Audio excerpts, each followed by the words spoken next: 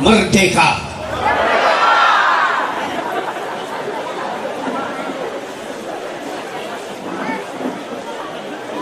Memayu hayuning bawono.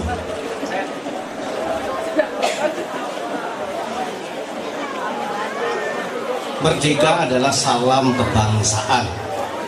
Sebagai bangsa negara Republik Indonesia mempunyai salam, yaitu merdeka.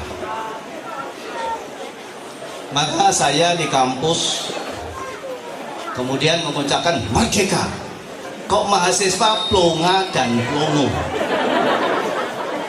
Ini saya menjadi ragu-ragu loh Pak Bupati.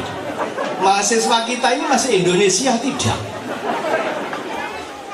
Karena itulah kalau pada saat ini saya mengucapkan salam kebangsaan disambut dengan gegap gempita merdeka, senang hati saya, masih Indonesia.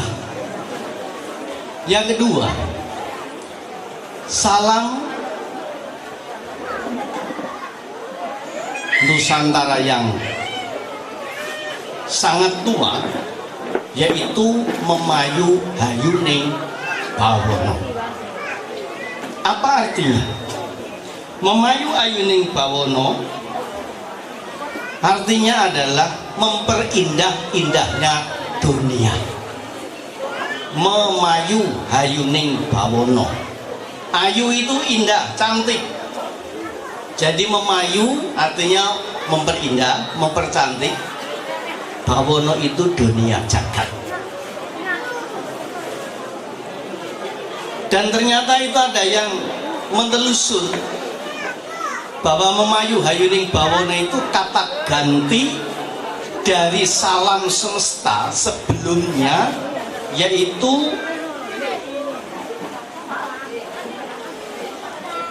sabe sata bawantu sukitata. Semoga semua makhluk berbahagia. Ya makhluk hidup, ya makhluk mati. Makhluk yang berkaki dua, berkaki empat, berkaki banyak, yang tidak berkaki, yang lahir melalui kandungan, melalui telur, melalui lembab, maupun yang lahir secara spontan. Diharapkan semuanya berbahagia. Dan itulah ketika kata aslinya sabe sata bawantu sukitata tidak dikenalkan lagi, maka sebagai kerinduan salam agung itu oleh para ahli pada zamannya dicarikan kata gantinya, ketemu, yaitu memayu hayuning bawono. Disambutnya apa? Rahayu sagung dumadi. Rahayu itu artinya darah yang indah, darah yang bersih, semua yang terjadi. Jadi kalau semua yang terjadi, semua makhluk hidup darahnya bersih, darahnya indah, artinya sehat. Dan sekarang kesehatan itu menjadi benda yang sangat berharga. Apapun kalau sudah tidak sehat, harganya jatuh. Suami istri tidak sehat ditawar-tawarkan murah. Izin Bapak Bupati dan Wakil Pak Bupati, saya kembali ketemu dengan Pak Samsul. Pak Samsul. Ya. Kita biasanya besaan di alun-alun Pak. Berapa tahun ini kita ketemu, dan saya juga tidak ke Lombok. Yang terakhir sebelum ini Pak, saya ke Lombok tanggal 5 Agustus tahun 2018. Begitu sampai Pak di wiharanya Bante Satak Damo di Lenek, baru sampai 10 menit Pak, langsung disambut gempa. Jadi gempa yang tanggal 5 Agustus 2018 itu, saya bukan hanya bercerita yang tanpa rasa, bukan janji yang tanpa bukti, tapi saya menjadi pelaku gempa itu sendiri.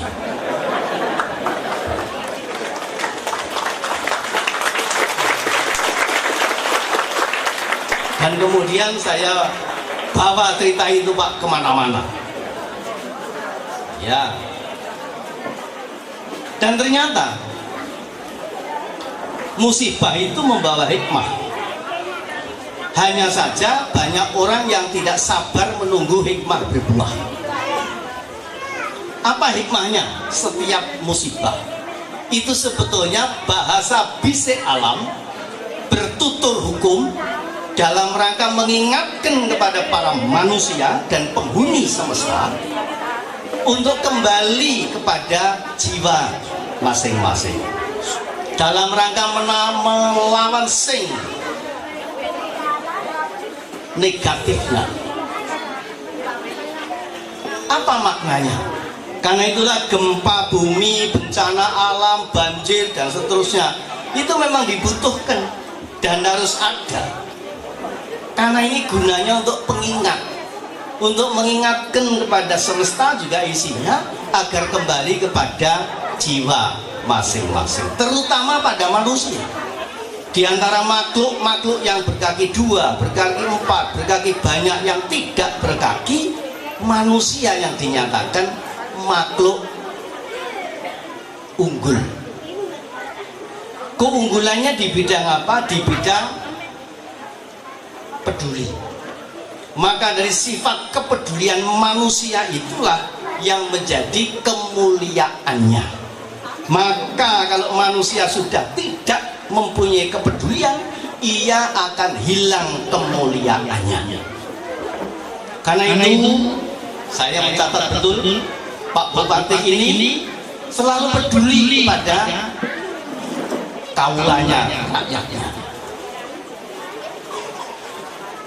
Tidak biasa Bupati menghadiri sebuah acara yang diundang oleh rakyatnya sarimbit berjejer dengan Pak Wakilnya.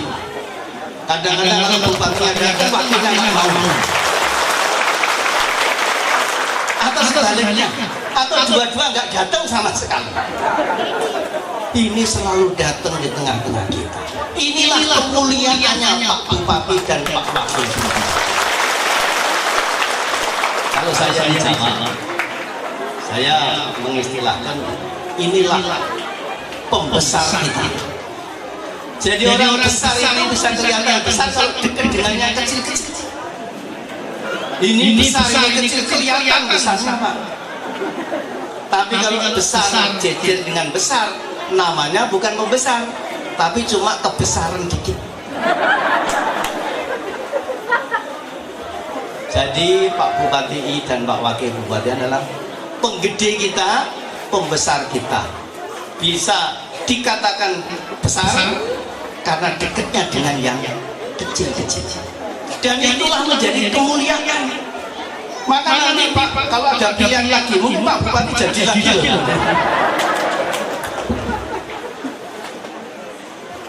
Karena kebesaran kemuliaan. Nah, Bapak Ibu saudara sekalian, apa ukuran kemuliaan itu adalah peduli. Peduli ini bahasa lain namanya care. Bahasa kearifan lokal namanya tolong menolong. Kemuliaan makhluk manusia dalam kemampuannya saling tolong menolong. Maka kalau manusia sudah bergeser dari kemuliaannya, hilang sifat kemanusiaannya yang saling tolong menolong, itu bumi langit, ibu bumi, Bopo Akoso, Tau Tekong dan Tien Kong, dia akan menegur anak-anaknya. Kita ini anak bumi langit. Apa tegurannya? Bencana Allah. Mengapa ditegur? Karena anak-anak yang sudah bergeser dari sikap mulianya, yang tadinya saling tolong menolong, tiba-tiba berubah menjadi saling tolong menyolong. Maka di dunia ini, dimanapun juga, kalau manusianya sudah menjadi saling tolong menyolong, biasanya bencana alam dapat. Mengapa begitu? Begitu bencana alam datang secara mendadak dan tidak memberitahu sebelumnya, itu akan kembali kelihatan jenis manusianya. Manusia yang masih belum kehilangan kemanusiaan, manusia yang masih mempunyai jiwa kemuliaan atau tidak. Dari mana? Dari responsifnya. Ketika ada kesulitan, ketika ada bencana, bagaimana dia? Tolong menolong atau malah tolong menyolong? Biasanya begitu ada bencana alam yang saya alami, Pak. Di Lombok saya ngalami, di tsunami Aceh saya tidak alami. Tsunami Maumere tahun 92, 12 Desember 1992. Seminggu kemudian saya datang ke sana. Jadi saya masih melihat bangunan yang ada 90% rata tanah, 5% luka berat, kira-kira 5% luka ringan. Dan yang paling syukur, wihara selamat, tidak rusak, karena memang belum ada wihara di sana waktu itu, Pak. Tapi di Lombok saya menjadi pelaku, menjadi saksi. Begitu malam itu gempa, Pak, besoknya saudara-saudara kita sudah memberikan tanggapan, sudah memberikan respon, sudah memberikan perhatian, sudah mengirim, minimal merilis berita, dan tambah lagi juga ngirim beras, mie, terpal, dari mana-mana. Wihara mendadak kaya raya. Makanya tadi yang teletup, begitu ada gempa, ibu-ibu menjadi lebaran. Bukan lebaran hari raya, Pak, tapi menjadi lebaran badannya. Karena makan jadi melebar. Itulah kemuliaan manusia. Maka itu bencana memang dibutuhkan, dan kalau bahasa awam mengatakan itu musibah, tetapi itu membawa hikmah. Hikmahnya manusia kembali kepada kemanusiaannya, rumah-rumah yang rusak dibangun. Tadi pagi saya sudah jalan-jalan, Pak. Wah, rumahnya bonek bagus-bagus. Ini mesti karya Pak Bupati. Selanjutnya, Pak, saya ingin menyampaikan, juga ingin melaporkan. Sebelum saya ke sini, saya melakukan perjalanan besak ini, Pak, dari Jawa, kemudian ke Bali, dan dari Bali ke sini. Sebelumnya itu saya bersambung komunikasi dengan Tuan Guru Bajang. Saya mau besak ke Lombok, Pak. Saya kalau bisa mau besak bersama-sama dengan Tuan. Disambut, Pak. Karena itulah kemarin tanggal 24 jam 5 sore saya dengan Bante Sacak Damo silaturahim dengan beliau di kediamannya. Hanya beliau tidak bisa hadir di tengah kita karena hari ini beliau mempunyai 3 agenda yang mesti harus diselesaikan, dan salah satunya di Solo, Jawa Tengah. Tapi beliau memberikan spirit doa dan harapan yang sangat mengagumkan buat kita semua. Bahasanya adalah sebagai manusianya enggaknya bisa memuliakan sesama manusia seperti Tuhan menciptakan, seperti Tuhan memuliakan ciptaannya. Karena kebetulan tanggal 13 Desember tahun 2021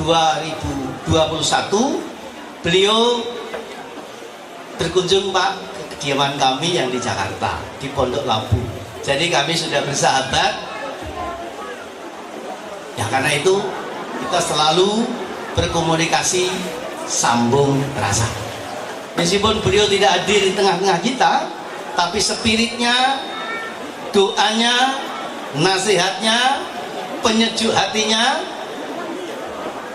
datang di tengah-tengah kita. Karena itu saya mengucapkan terima kasih.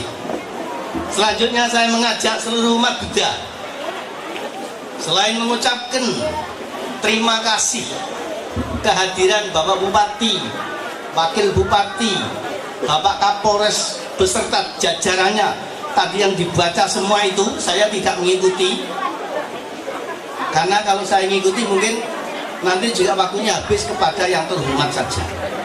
Karena itu saya mengucapkan kepada yang terhormat sama dengan tadi.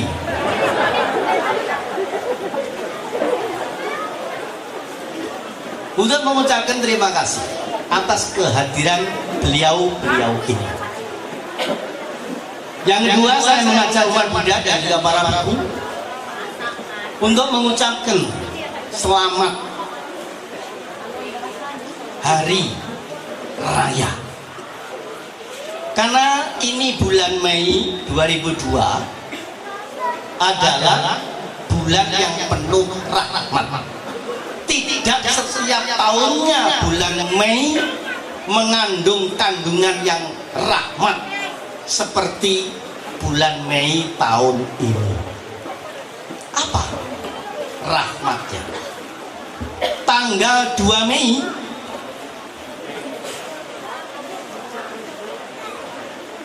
Hari Pendidikan Nasional dan juga hari libur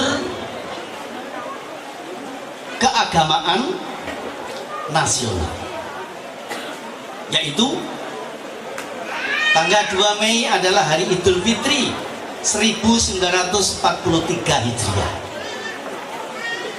Tanggal 16 Mei Gema Trisuci Wesak 2566. 20 Mei Hari Kebangkitan Nasional. Dan hari ini tanggal 26 Mei adalah hari kenaikan Isa Al-Masih. Meskipun di Indonesia hari libur keagamaan nasional itu komposisinya 5-3-1.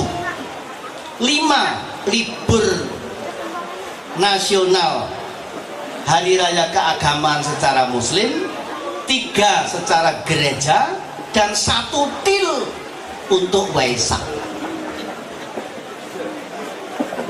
5-3-1. Tapi Pak, tahun ini bisa bersamaan dalam 1 bulan, beda seminggu 2 minggu. Untuk itulah kemarin tanggal 15 Mei kita di Pondok Labu, saya di Pondok Labu juga mengadakan hari kunjungan hari raya yang berkumpul tokoh agama, tokoh masyarakat bersama dengan beberapa warga. Hadir di tengah-tengah kita Romo Muji Sutrisno atas nama Katolik, Bapak Lukman Hakim, Menteri Agama Republik Indonesia tahun 2014-2019, dan sedianya juga Ibu Negara, Ibu Cinta Nuriyah, yaitu Presiden 2001. Kita sudah biasa dengan cara seperti itu, yang oleh Pak Lukman Hakim diberi judul Moderasi Beragama. Dan tulisan beliau, buku beliau sekarang sudah diterima, disahkan, akan menjadi disertasi doktoral yang akan dikukuhkan nanti tanggal 31 di Sarif Hidayatullah, UIN Ciputat, Jakarta, Indonesia. Karena itulah bulan yang penuh rahmat ini mengandung beberapa doa positif, baik hari besar nasional bangsa dan negara Republik Indonesia, juga hari besar keagamaan seluruh dunia. Untuk itu sekali lagi saya mengajak saudara-saudara umat Buddha dimanapun berada dan juga para bikunya untuk mengucapkan selamat merayakan hari Idul Fitri, selamat merayakan hari Waisak, dan selamat merayakan hari kenaikan Isa Al-Masih. Ini oleh karena tidak terjadi dalam setiap tahunnya. Untuk itu menurut saya adalah istimewa. Bapak Ibu saudara sekalian, hari Wesak menjadi hari yang ditunggu oleh masyarakat Buddhis, juga masyarakat dunia. Oleh karena Trisuci Wesak menjadi hari libur internasional keagamaan yang ditetapkan oleh PBB pada tahun 2000. Karena itulah meskipun Wesak sudah dirayakan, diperingati sebanyak 2.566 kali, tetapi kedatangannya setiap bulan masih selalu ditunggu-tunggu. Karena bagi masyarakatnya akan menjadi tolok ukur kualitas batiniahnya, juga kualitas kemanusiaannya pada saat merayakan bulan Wesak ini. Saya termasuk yang tolong menolong, apa yang tolong menyolong. Untuk itu saya datang memenuhi harapan keluarga besar umat Buddha di sini, Pak, untuk menyampaikan dan mengingatkan pesan apa saja yang terkandung di dalam Trisuci Waisak ini. Tadi sudah disinggung sama panitia yang melaporkan kenapa disebut Gema Trisuci Waisak. Wesak itu nama bulan menurut penanggalan tahun Buddhis, dan Tri itu 3. Oleh karena ternyata ada 3 kejadian penting yang kejadiannya itu pada purnama Waisak. Lahirnya Pangeran Siddhartha di Taman Lumbini 623 tahun sebelum Masehi. Kemudian Pangeran Siddhartha ini meninggalkan kerajaan, lalu menempuh kehidupan pertapaan dan akhirnya mencapai pencerahan, yaitu kebudaan. Buddha ini bukan orang, Buddha itu bukan pribadi, Buddha itu bukan person, tapi Buddha itu adalah ilmu, kualitas, nilai. Sehingga pada zaman itu yang dinyatakan telah mencapai ilmunya, kualitasnya, nilainya itu adalah pertapa Buddha Gautama, pertapa Siddhartha Gautama. Dan begitu mencapai dapat gelarnya Buddha, sehingga Siddhartha yang sama itu dulu ketika lahir adalah Pangeran Siddhartha Gautama. Begitu menjadi pertapa namanya pertapa Siddhartha Gautama. Begitu mencapai penerangan sempurna namanya menjadi Siddhartha Buddha Gautama. Yang menarik, ilmu yang dicapai tadi kemudian disiarkan. Karena ilmu kalau tidak disiarkan, tidak dinyatakan, tidak diceritakan, tidak dimengerti orang lain. Nah, setelah disiarkan, kemudian satu tuntutan, yaitu harus dibuktikan. Tidak hanya dipikirkan, tidak cukup hanya diucapkan, tetapi juga dibuktikan. Baru menjadi sah, legal, valid dengan gelar Buddha Gautama. Apa skripnya? Menjadi terpujilah sang Bagawa. Bagawa itu pemimpin, Bagawa itu komandan yang telah mencapai penerangan sempurna, karena mencapai pada bulan purnama terang bulat sempurna. Maka ada detik-detik Wesak, detik-detik purnama siji, karena bulan itu bergerak rotasi berputar, maka ada saat kapan dia pada posisi bulat sempurna, dan itulah purnama siji. Saat itu mempunyai kandungan istimewa.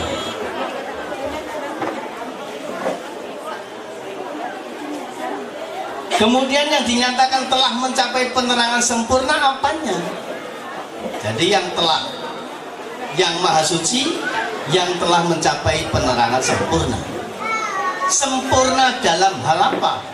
Sempurna dalam hal pengetahuannya.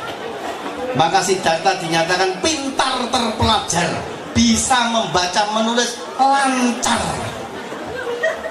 Yang kedua, sempurna pengetahuannya. Yang kedua, sempurna tindak tanduknya. Yang ketiga, sempurna kematiannya. Mengapa dikatakan sempurna tindak tanduknya? Karena Siddhartha mengatakan apa yang dilakukan dan melakukan apa yang dikatakan. Tidak banyak orang melakukan apa yang dikatakan dan mengatakan apa yang dilakukan.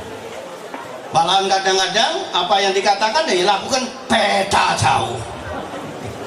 Tapi Siddhartha sama. Yang ketiga, sempurna kematiannya. Sebagai manusia biasa juga mempunyai usia dan akhirnya tutup usia. Pada usia ke-80 Buddha Gautama ini wafat, meninggal dunia. Namanya parinibbana. Kapan itu? Juga pas purnama bulan Waisak. Apa kesempurnaannya? Siddhartha meninggal dengan tenang, tidak menderita sakit akut, tidak dikejar-kejar lawan, tidak ditangkap dan dibunuh musuh. Dia tidak meninggal secara tersiksa atau disiksa atau terpaksa harus mati sebelum waktunya. Tapi Buddha Gautama meninggal dengan tenang. Kalau bahasa Jawanologi digambarkannya adalah winah yo ing ngasepi sumusuping rasa jati, seperti matahari terbenam di sore hari. Kita bisa lihat namanya sunset. Matahari terbenam itu soft ending, soft landing, bukan jumping landing. Nggak ada ceritanya matahari itu turut jelek. Dan itulah kematian Siddhartha.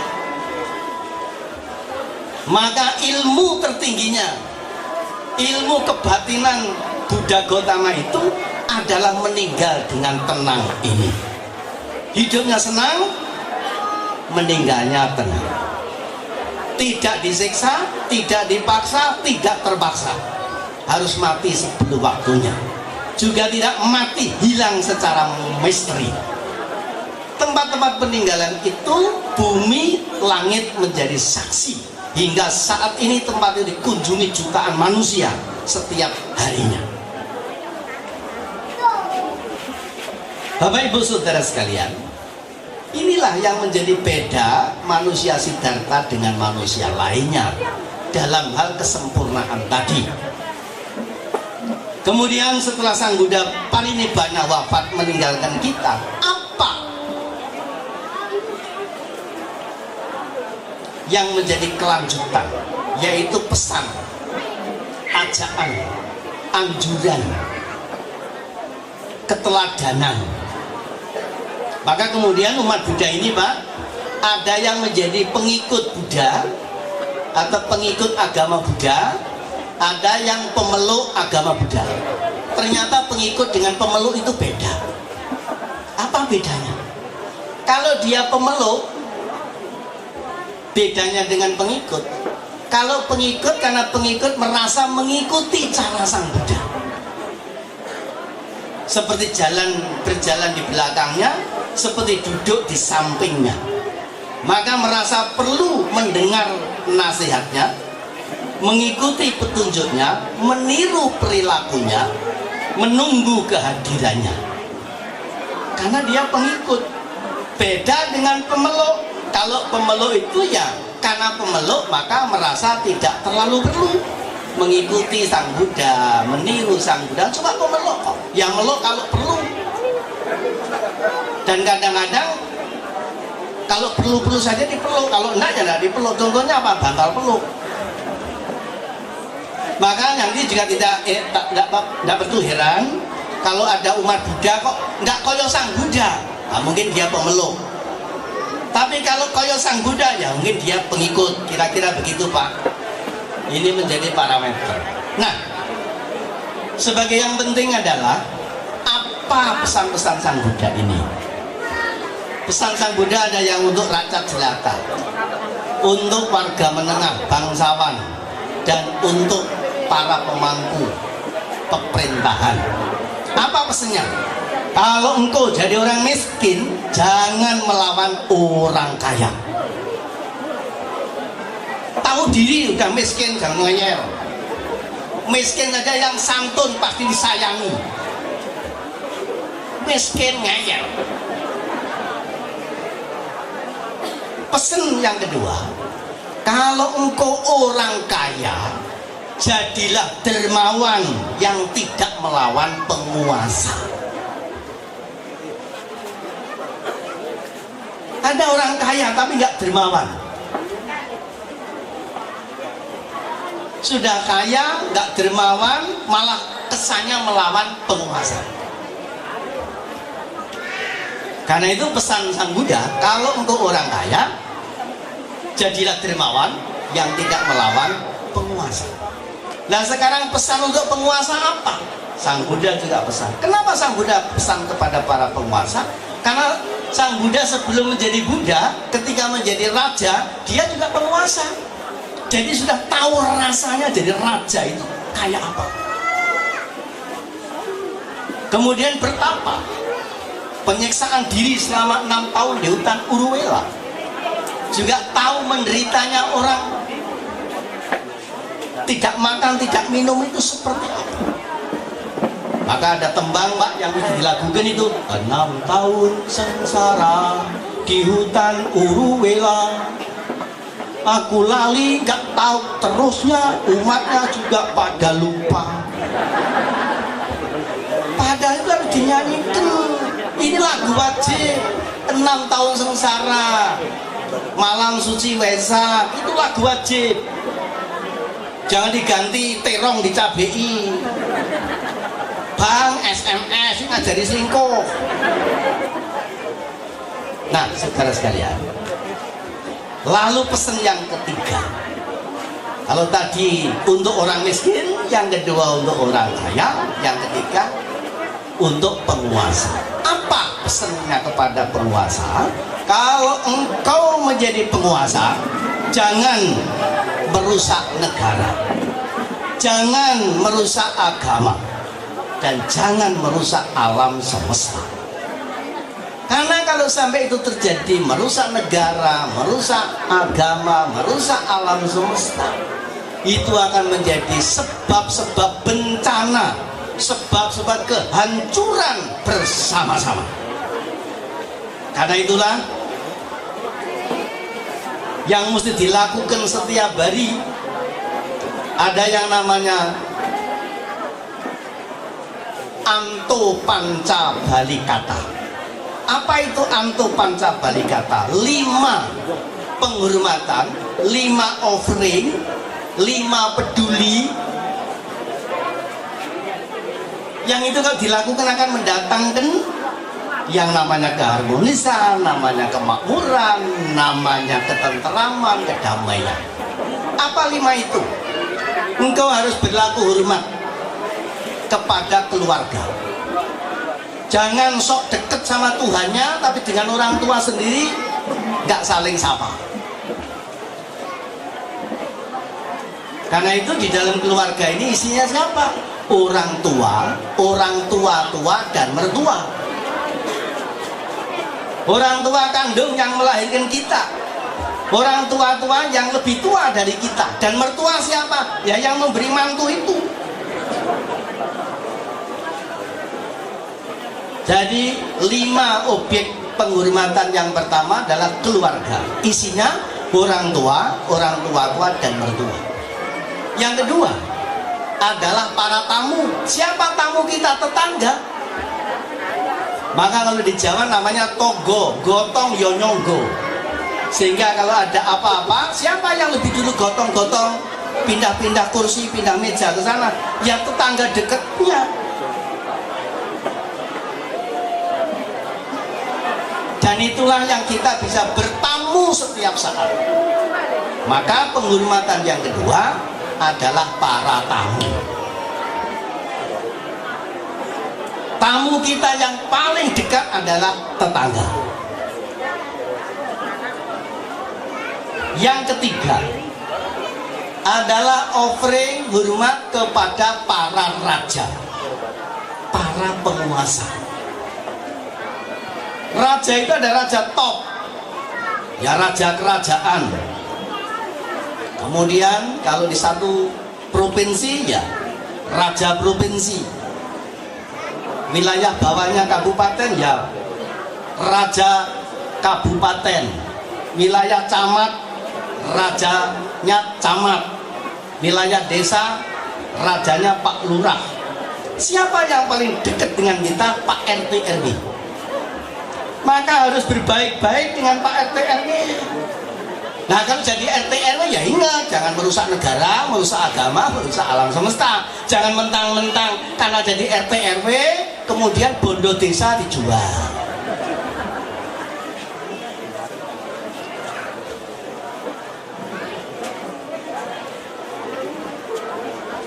Itu yang ketiga. Yang keempat, objek pemujaan kita siapa? Yang keempat adalah para leluhur. Luhur itu mulia, maka yang luhur artinya yang mulia. Enggak semua diberi kata mulia. Emas yang diberikan kata mulia cuma emas. Logam yang lain tidak disebut logam mulia, apalagi besi rongsokan. Enggak disebut yang mulia besi rongsokan, enggak ada. Batu yang dinyatakan mulia hanya batu permata, berlian. Batu yang lain tidak akan disemati kata mulia. Batu andesit, batu candi, batu onik, batu marmer, batu kapur, batu yang sudah dipakai kepala sekalipun tidak disebut kok yang mulia kepala batu, enggak ada. Hanya satu, yaitu batu mulia. Manusia siapa? Ayah ibu, itulah mulianya kita. Ingat anak-anak, bukan lahir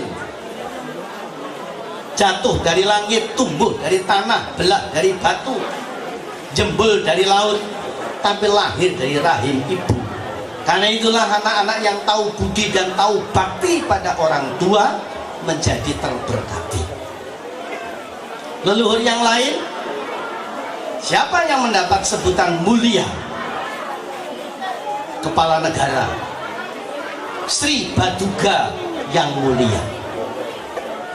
Kakinya saja menjadi mulia. Artinya apa? Mengapa menjadi mulia? Karena langka dan satu-satunya. Jadi di sini itulah yang mulia. Karena orang tua itu cuma satu, maka juga menjadi mulia. Karena Pak Bupati dan Wakil Bupati cuma satu-satu, maka itulah yang mulia. Pak RT RW itulah yang mulia. Nggak ada satu lingkungan RT, RT-nya 2. Itulah para leluhur. Jadi tidak hanya sembahyang, nah itu yang kepada leluhur yang telah mendiang, tapi leluhur yang masih hidup bersama kita itu menjadi objek pemujaan. Dan yang kelima, yaitu kita harus offering puja kepada para dewata, kepada alam semesta. Maka dewata alam semesta yang telah memberikan kita segala-galanya, maka harus dijaga, dirawat dengan baik, meskipun hanya dengan ucapan memayu hayuning bawono, tetapi juga harus dibuktikan kita rawat, kita jaga alam semesta ini. Jangan dirusak, jangan dieksplorasi, jangan dieksploitasi keindahan. Saya dengan Bante Saca, Pak Bupati, tahun 2018 diajak perjalanan ke Timur Tengah, dari Mesir, Israel, Arab, Dubai, dan seterusnya. Jadi tahu bagaimana alam di sana, itu saksinya. Nah, sebab itu kemudian beliau dari sana berkunjung ke Pondok Labu, karena saya pernah ke sana. Dan ketika berkunjung ke Pondok Labu bersama dengan Tuan Guru, itu sebabnya saya juga ke Tuan Guru. Nah, sebagai yang terakhir, Bapak Ibu sekalian,